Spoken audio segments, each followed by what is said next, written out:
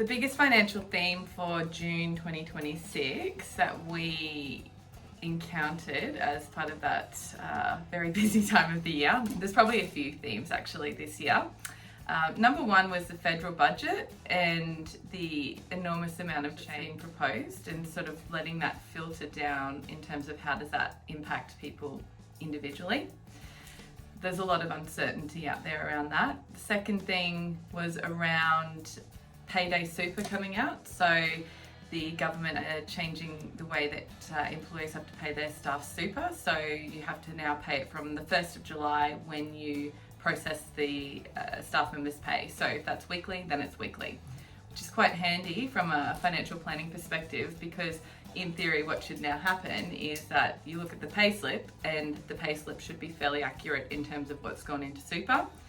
And just a couple of other things, I suppose, are the cost of living issues. People are really struggling out there with things like groceries and petrol. Just day-to-day things are really, really expensive, and there's a bit of a perception out there around retirement where people are worried that the value of their money, because of inflation and things like that, is it going to enable them to make sure that they don't outlive their money? That's a huge thing at the moment. And then of course just tax deduction chasing come end of financial year, so trying to get those super contributions in before 30 June cutoff. The theme around questions from clients in end of financial year for us is around the deductibility of contributions. Oh, did I do that contribution? Oh, should I claim it as a tax deduction?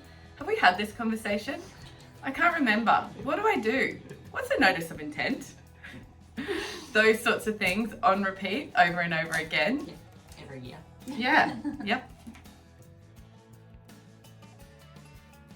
I think people in the last year have started to make contributions to super on a more regular basis. So they've sort of looked at what their surplus cash flow is, have started making salary sacrifice contributions through their employer, or just regular contributions themselves and then claimed a tax deduction. So the benefit of doing that is that money is going in on a regular basis. You're buying in through the cycle. So if the markets are down, you're purchasing more units, which is really positive.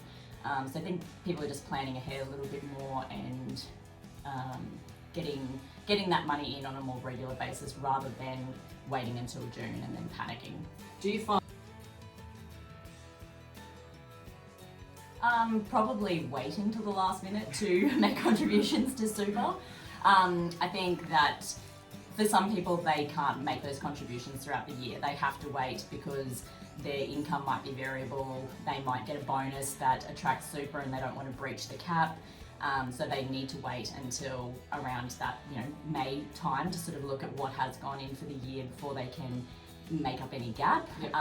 But I guess when it comes to that, it's starting to plan in May, talking to your accountant, talking to your financial advisor, getting ready so you can make those contributions in those first couple of weeks in June, because a lot of the product providers, even though technically 30 June is end of financial year, the contributions need to be made probably before the 20th of June to make sure that they hit in the right financial year.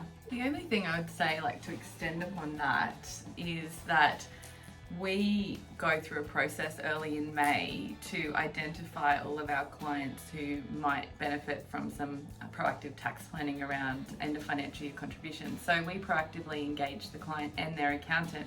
One of the biggest issues that we face as financial advisors is that we don't actually have access to the ATO portal where we can see the contribution caps and the history. So it makes it very difficult to advise on a client as to how much to put into super when you only have half of the information. But what this is creating is a great nexus between accountants and advisors actually talking to each other for the benefit of the client, and that effectively cross-checks as well what contributions are going in, so we don't stuff it up. Because if you do breach a cap, it can be quite adverse in terms of the impact to the client. And saying that some of the reports that you get from product providers aren't accurate. So if you've made contributions and then you've claimed a tax deduction, they don't always update to show that now as a concessional contribution. So you can't trust that data either. great?